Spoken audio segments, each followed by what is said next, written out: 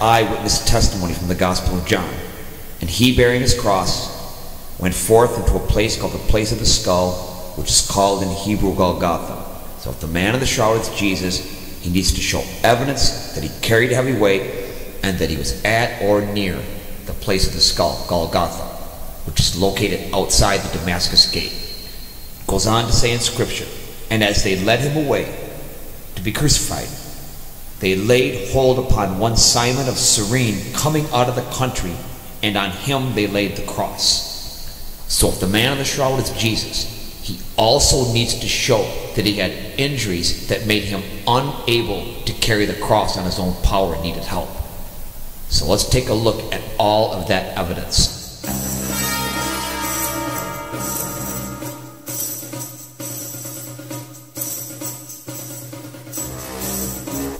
Alright, first off, there are multiple abrasion and compression marks on the shoulders indicating the man in the shroud did carry a heavy weight consistent with what would be a cross.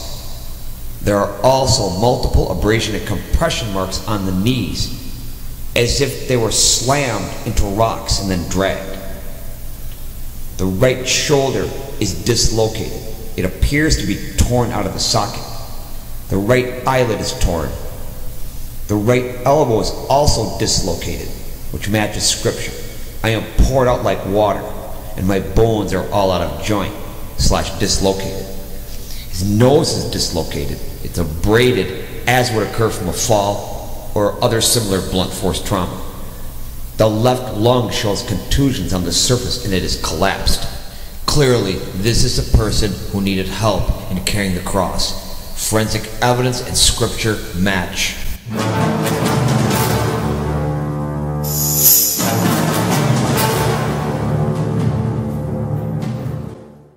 But can we place the man in the shroud at or near Golgotha? And the answer to that question is yes. The forensic evidence I'm about to give you comes from the Hercules Aerospace Lab in Salt Lake City, Utah. A rare calcite was found on the heel area. The man in the shroud was also observed on the knees and on the tip of the nose. This type of rare calcite can only be found in the soil outside the Damascus gate. Its chemical composition eliminates it as being possible from coming from any other part of the world. So we can conclude with 100% certainty that the man in the shroud made contact, violent contact, with the soil outside the Damascus gate en route to Golgotha. We can place him there, positively. He was there.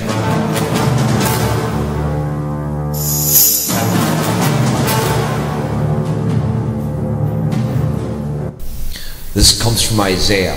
And so his visage, image, was marred / disfigured more than any man. The man in the shroud is extremely disfigured. He was wounded for our transgressions. He was bruised for our iniquities. By his stripes we are healed. The man in the shroud literally looks like a striped man.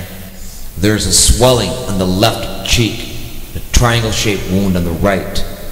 A section of the beard is ripped / pulled from the middle section of the beard on the right side, and that matches Scripture. I gave my back to those who struck me, and my cheeks to those who plucked out the beard. There's more Scripture. They look and stare at me. They divide my garments among them, and for my clothing they cast lots. So if the man in the shroud is Jesus, he needs to be without clothes. The man in the shroud is without clothes. It goes on to say in Scripture, eyewitness testimony. Now there was set a vessel full of vinegar, and they filled a sponge with vinegar and put it to his mouth. When Jesus therefore had received the vinegar, he said, "It is finished." And he bowed his head and he gave up the ghost. On the bloodstains, on the shroud fibers, they found that they contained acetic acid or vinegar. This indicates that the man in the shroud would have been exposed to vinegar. Again, Scripture and forensic evidence match.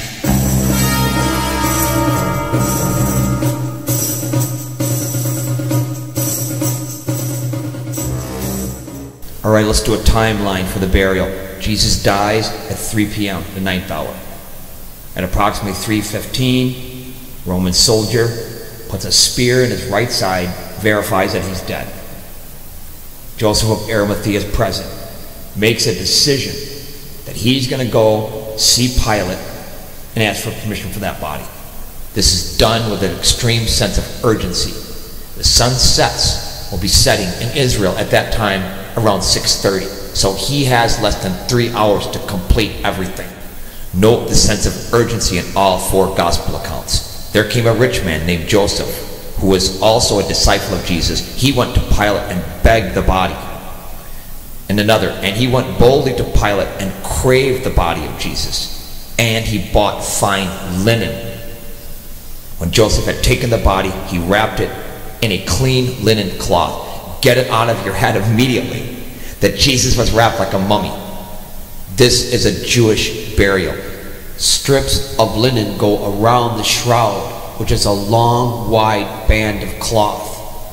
In the Gospel of John, it's translated as he bought an Athenian, a piece of fine linen, translated as a linen cloth. The Shroud of Turin is a pure linen cloth. A 14-foot linen tablecloth. A 3/1 herringbone twill linen cloth. Not the typical plain weave white burial shroud that would normally be used. But how many people are going to be out in the open market selling burial shrouds during the Passover, a festive holiday time? Highly unlikely. But there would be quick access to purchase fine linen tablecloths, table napkins for the Passover meal. We can logically conclude that Joseph of Arimathea, being in a state of urgency to get Jesus in the tomb before sunset, obtained the closest approximation to what he could find that would substitute as a burial shroud, and purchased a fine linen tablecloth and table napkin. The fabric is the same thickness and same threads per surface unit on both the sudarium and the shroud. That indicates same manufacturer, same weaver. Bear in mind, Golgotha is in very close proximity to the Damascus Gate, the main entrance to the city. So if you're selling textiles right before the Passover meal, that's where you would be. And an exotic 3/1 herringbone twill fabric from Syria would be something that would catch the eye of a rich man like Joseph of Arimathea. And that's exactly what he did. He bought a 14-foot tablecloth outside the Damascus Gate and a table napkin for the headcloth. Table napkin and the tablecloth go together.